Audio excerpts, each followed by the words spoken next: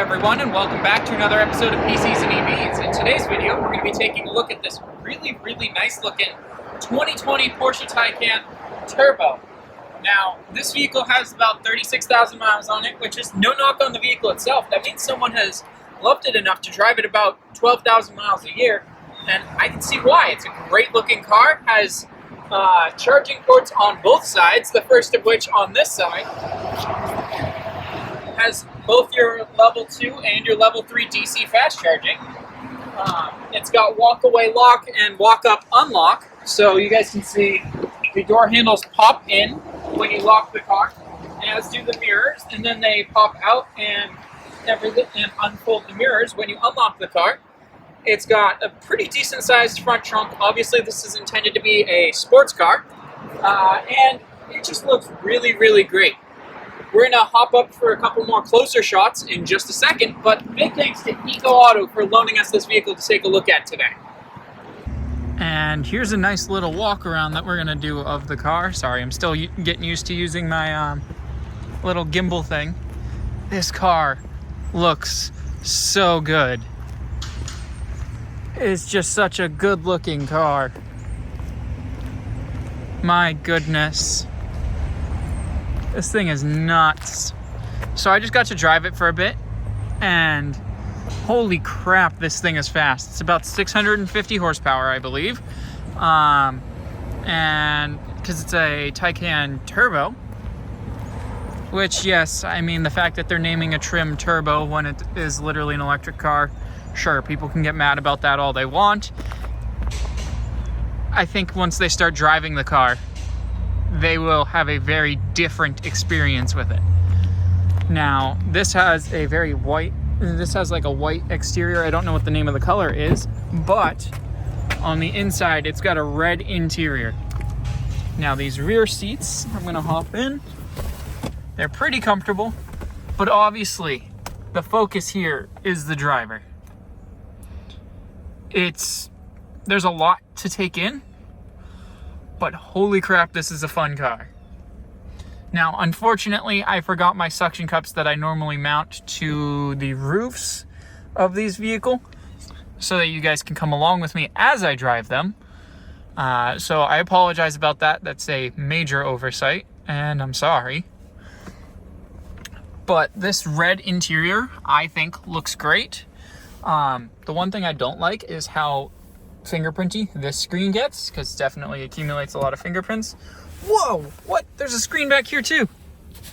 Okay. And you get heated seats in the back here. You get your own climate settings.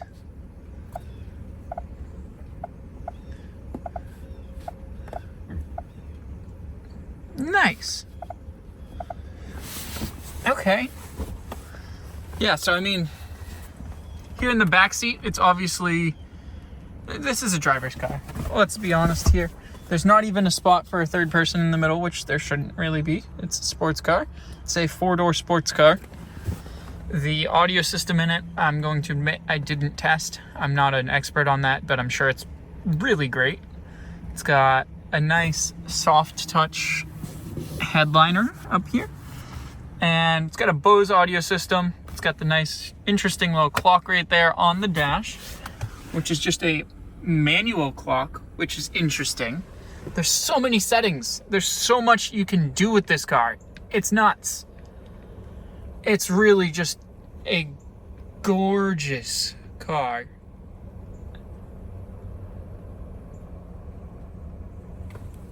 Hi guys. Yeah, this thing it's beautiful. I want it. I want it so bad. And it's so hard for me right now because it's like, where do I even start with this car? It's fast, it's fun, it has decent range, consistently beats EPA testing, has amazing charging speeds, both on level 2 and on level 3. On level 2, I believe you can get it up to 19 kilowatt, depending on how you spec your Porsche Taycan. I don't remember what this one has off the top of my head, as I don't have the window sticker to look at. But it has a level 2 plug on one side, and then this side has both level 2 and level 3, and it's up to 270 kilowatt for quite a long portion of the charging curve. It's just got such a sexy profile too. I mean, look at look at that car. It's 240 mile EPA, but like 300 mile real world range. And let's now take a look at the front trunk, the rear trunk, and I guess wrap it up. This is a crazy car that I don't even know where to start with on what to talk about. I've obviously talked about the interior some. This red is just so gorgeous. Wow, you've got memory seats on the passenger seat. No display in the front center. Oh, passenger airbag enabled. Nice. Okay, so open back, open front. Now, keep in mind the back has a ton of stuff in it right now.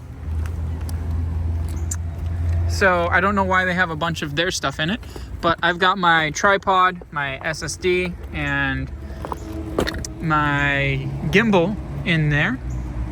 And so considering all the stuff that we've got in there, there's still plenty of space. It's got some side cubbies. I'm sure it has some more space under this floor. Let's see if we can move enough stuff out of the way. It's got a little. I'll have to fix that after.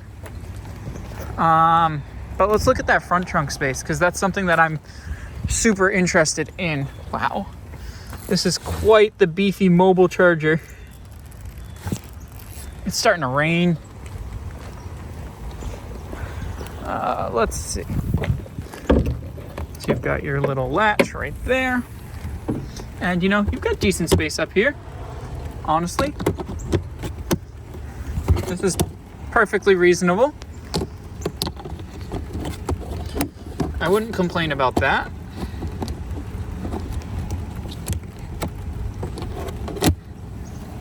Yeah, I mean, you can definitely fit a backpack or two up here. You also refill your windshield washer fluid apparently right at the front of the car. And yes, while it would look better without a front plate mount, both New Hampshire and Massachusetts do require front plates. So there's that to keep in mind as well.